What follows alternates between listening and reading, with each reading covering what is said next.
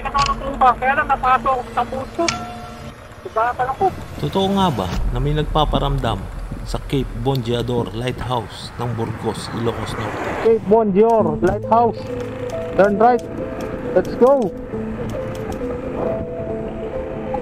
Mula dito sa Maharlika Highway, tinahak namin ang daang paakyat papunta sa Cape Bongeador Lighthouse.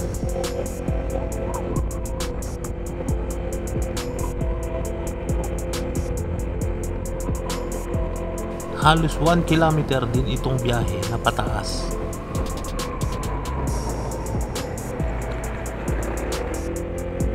Nakakatakot bumiyahe dito kapag gabi sapagkat sobrang dilim ng daanan at sasalubungin ka pa ng malamig na hangin.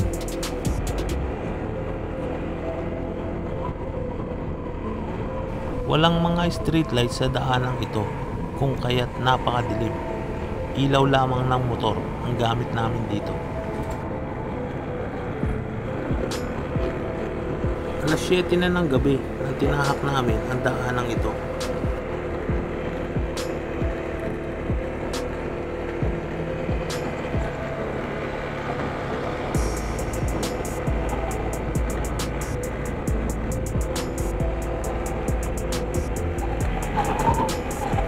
Narating na namin ang pasalubong center kung saan nagbabayad din ng entrance fee at parking fee.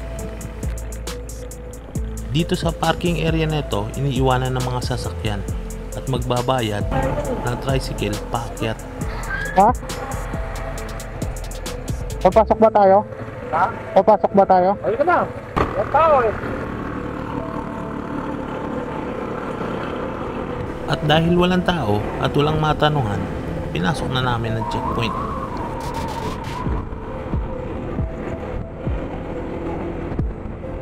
Mula sa checkpoint, mga 300 meters na lang ang babiyahin papuntang lighthouse.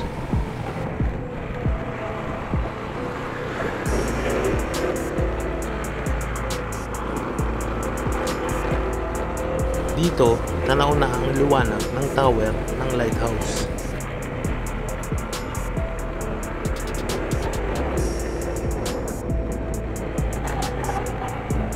At eto na, narating na namin ang lighthouse ng Burgos, Ilocos Norte.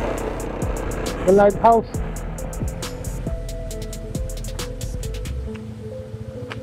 Teka. Sige, ilawan mo, Ray.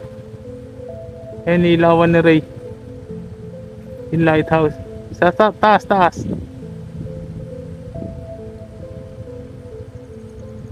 Ganda sana pasukin.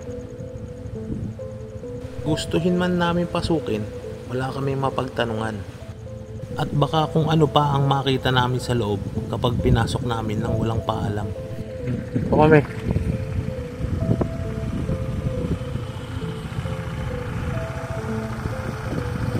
Inilawan namin ng motor.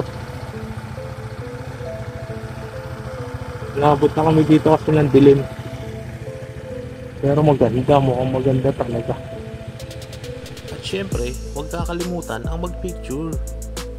Kahit dito lang sa labas ay isang achievement na rin para sa amin. Ang marating itong Cape Bongeador Lighthouse ng Burgos, Ilocos Norte.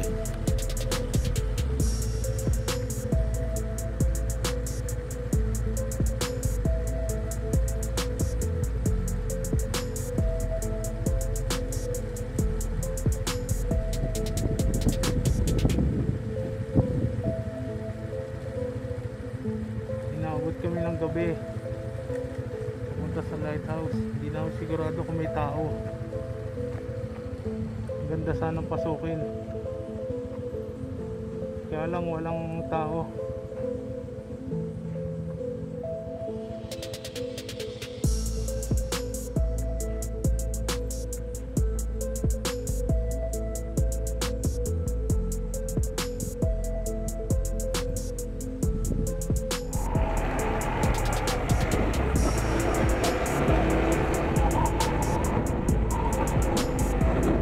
naman. Palabas na kami ngayon. Hindi namin napasok, walang tao. Dapat kami ng gabi.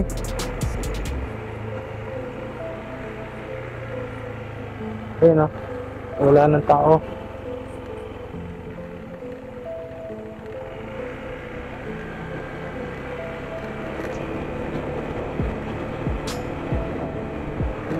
Wala naman kaming kakaibang experience sa pag-akyat namin sa lighthouse. Katulad ng sinasabi ng iba na may nagpapakita daw o nagpaparamdam ng multo. Sa puntong ito, pababa na kami. Hindi namin namamalayan na naiwan na ang isang kasama namin. Ang sabi niya sa amin, gumewang daw ang manubela niya at muntikan siyang sumemplang.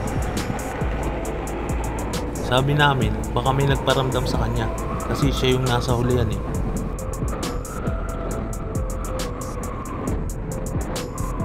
Gumewang daw ang motor niya at medyo tumagilid. Kaya ayun, pumasok ang paa niya sa tambutso at medyo nalapnos. Aruy, ang sakit niyan.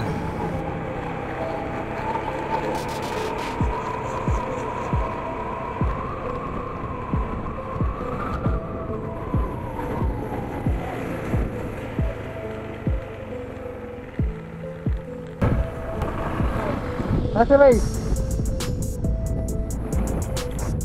Wala ako. Walang ilaw mo.